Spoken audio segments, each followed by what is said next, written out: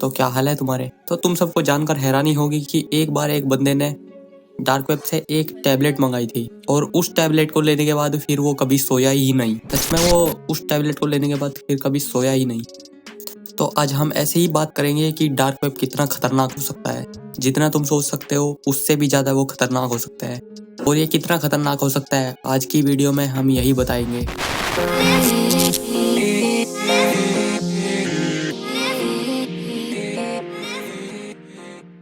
तो dark web को access करना मुश्किल तो नहीं है और आसान भी नहीं है। ये मैं क्या बोल रहा हूँ। हाँ, तो तुम इतना समझ लो कि तुम्हारे छोटे भाई बहन या चचा ताऊ और दादा परदादा जी इसे एक्सेस नहीं कर सकते, पर तुम इसे एक्सेस कर सकते हो वीपीएन और टोर लगा के। क्या बोल दे सर, टोर और वीपीएन लगा के। वैसे तो डार्क वेब पर इंटरनेट बहुत ही ज़्यादा स्लो चलता है, पर इसके बावजूद भी यहाँ पर बहुत ज़्यादा ट्रैफिक है, मतलब लोग आते जाते रहते हैं। तो चलो तुम्हें शुरू वाली स्टोरी बताता हूँ।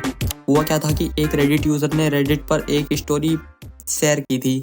उस लड़के का नाम ली था। वो अपनी स्टोरी में बता रहा था कि मैं इस समय हॉस्पिटल में हूँ और मैं वहीं से ये स्टोरी लिख रहा हूँ और मेरी की गई हुई एक गलती की वजह से मैं यहाँ पर हूँ।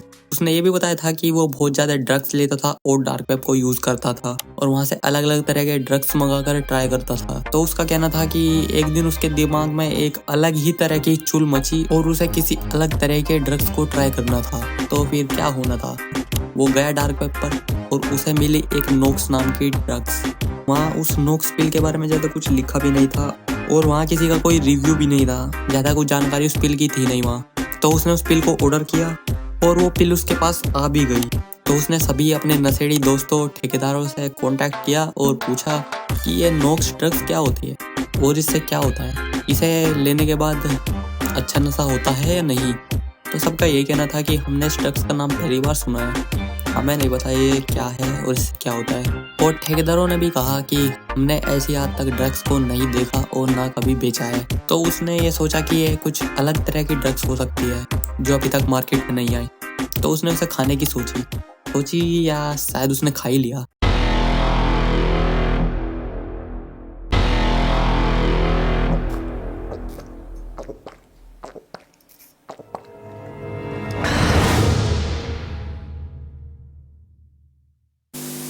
तो जब उसने उस गोली को खा लिया तो उसे कुछ महसूस नहीं हो रहा था। तो फिर वो अपने बेड पर गया और उसने सोने की कोशिश करी, पर उसे नींद नहीं आई। उसे लगा कि ये शायद ड्रग्स का असर होगा। फिर अगले दिन उसने फिर सोने की कोशिश करी, उसे फिर भी नींद नहीं आई। ऐसा उसके साथ रोज होने लगा।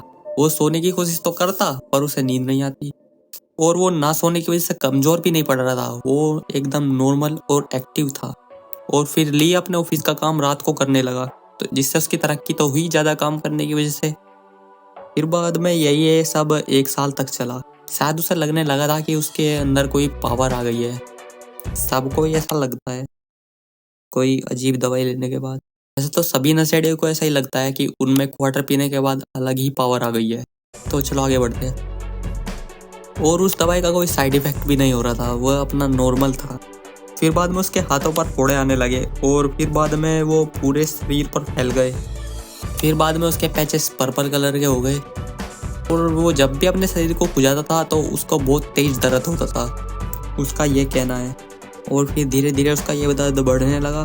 खैर जो भी हो, वो इस बारे में कुछ कर भी नहीं पा रहा था। डॉक्टर भी इस बारे में ज़्यादा कुछ कर नहीं पा रहे थे क्योंकि उन्हें भी नहीं पता था कि ये हो क्या रहा है।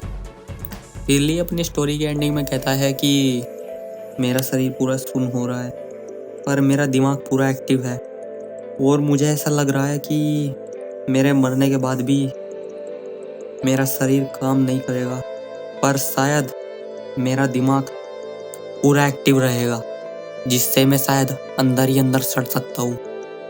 उसने कहा था कि उसे इसी बात का डर है कि मरने के बाद भी उसका ब्रेन एक्टिव रहने वाला है। तो इसी तरह की चीज़ें डार्क वेब पर मिलती है।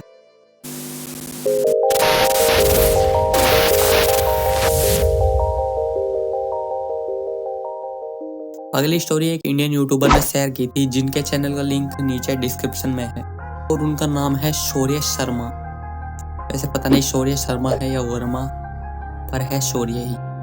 तो उन्होंने बताया था कि वे डार्क वेब को अच्छे से चलाना जानते हैं और अक्सर डार्क वेब को चलाते रहते हैं। तो वे एक दिन नॉर्मल ही अलग अलग तरह के डार्क वेब साइट के लिंक पर जा रहे थे। तो वे एक ऐसे ही साइट के अंदर गए। वहाँ पर सब आपस में चैट कर रहे थे किसी दूसरी लैंग्वेज में, और वे ज़्यादातर हंसने वाला इमोजी भेज रहे थे। उन्हें लगा था कि ये शुरू में ही कोई आम आदमी है जो ऐसी बात कर रहे हैं, तो उन्होंने चैट में मैसेज किया हाय। तो तभी लोगों ने चैटिंग बंद कर दी। तो फिर बाद में सबने फिर से चैटिंग शुरू की, और शायद वे किसी तरह के ट्रांसलेटर यूज कर रहे थे। तो वे ऐसे ही क्रिमिनल वाली बातें कर रहे थे, मर्डर रेप क्राइम की बात कर रहे थे। और उस ग्रुप में एक टेररिस्ट था जो अपनी स्टोरी बता रहा था। वो बता रहा था कि वो एक घर के पास रहता है और वहाँ एक फैमिली रहती थी। उसने रात में उस पूरी फैमिली को मार दिया। उसने पूरी स्टोरी बताई थी कि उसने इसे कैसे मारा, मैं यहाँ एक्सप्लेन नहीं कर सकता। और उस फैमिली में एक 9 साल की एक बच्ची थी। उसे उस टेररिस्ट ने नहीं मारा, वो उसे पकड़ के अपने साथ ले गया और उसके ऊपर अपने हथियारों को टेस्ट करने लगा और उस बच्ची को टॉर्चर करने लगा। तो शौर्य को लगा कि ये सब फेक है। तो फिर बाद में उस टेररिस्ट ने इन सब की फोटो और वीडियो भी शेयर की। फिर पूरा साबित हो गया था कि वो ग्रुप एक टेररिस्ट का ग्रुप है। फिर शौर्य को उन सब पर गुस्सा आया और उसने उन्हें धमकी भी दी कि वो इस सारे अंजाम के बारे में FBI को बता देगा। तो सब तभी हंसने लगे। फिर तभी शौर्य की स्क्रीन काली पड़ गई और चलनी बंद, और उसके फ़ोन ने काम करना बंद कर दिया। फिर कुछ सेकंड बाद ही शौर्य का फ़ोन चलने लगा और उसने देखा कि ग्रुप में उसका यूज़र नेम और लोकेशन लिखी थे। तो और वे सब टेररिस्ट उसे कह रहे थे कि अगर उसने ये सब जानकारी किसी को दी या बताया तो वो उसकी फैमिली को मार देंगे और उसकी जानकारी को लीक कर देंगे, क्योंकि शौर्य के फ़ोन की सारी जानकारी उनके पास आ चुकी थी। तो उन सब टेररिस्ट ने शौर्य से माफ़ी मांगी और कहा तुम यहाँ से चुपचाप चले जाओ, और अगर तुम ऐसा करते हो तो हम तुम्हारी सारी जानकारी डिलीट कर देंगे। तुम बस यहाँ से चले जाओ और इस साइट का लिंक किसी को भी मत देना और वापस यहाँ पर कभी मत आना।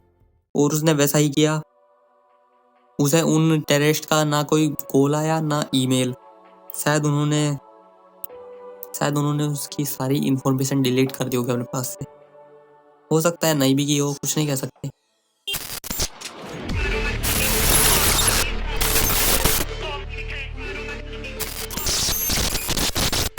तो यह एक सिरदर्द है, क्योंकि इस जगह पर पैसों से किसी को भी मरवाया जा सकता है। इंग्लिश में कहे तो यहाँ पर हिटमैन को हायर कर सकते हैं। और बहुत सारे लोगों की इन साइटों से शिकायत भी रही है कि उन्होंने पूरे पैसे दिए पर उनका काम नहीं हुआ। इसकी भी एक शॉर्ट स्टोरी है जिसमें रसिया का एक बंदा था जो कि 12 नवंबर 2013 को स्टीफन कैन नाम का एक आदमी को पुलिस ने पकड़ लिया। और ये एक बड़ा बिजनेसमैन था और उसने किया क्या था कि उसने एक ऑनलाइन हिटमैन को हायर करके अपने लड़के को मरवा दिया था। रीजन पता नहीं क्यों मरवाया था, पर हाँ डार्क वेब से क्या क्या हो सकता है तुम्हें ये सब पता तो चल ही चुका है अब तक। और वो बंदा अब तक जेल में ही है। अब तुम सबको तो समझ में आ ही गया होगा कि डार्क वेब कितना खतरनाक हो सकता है।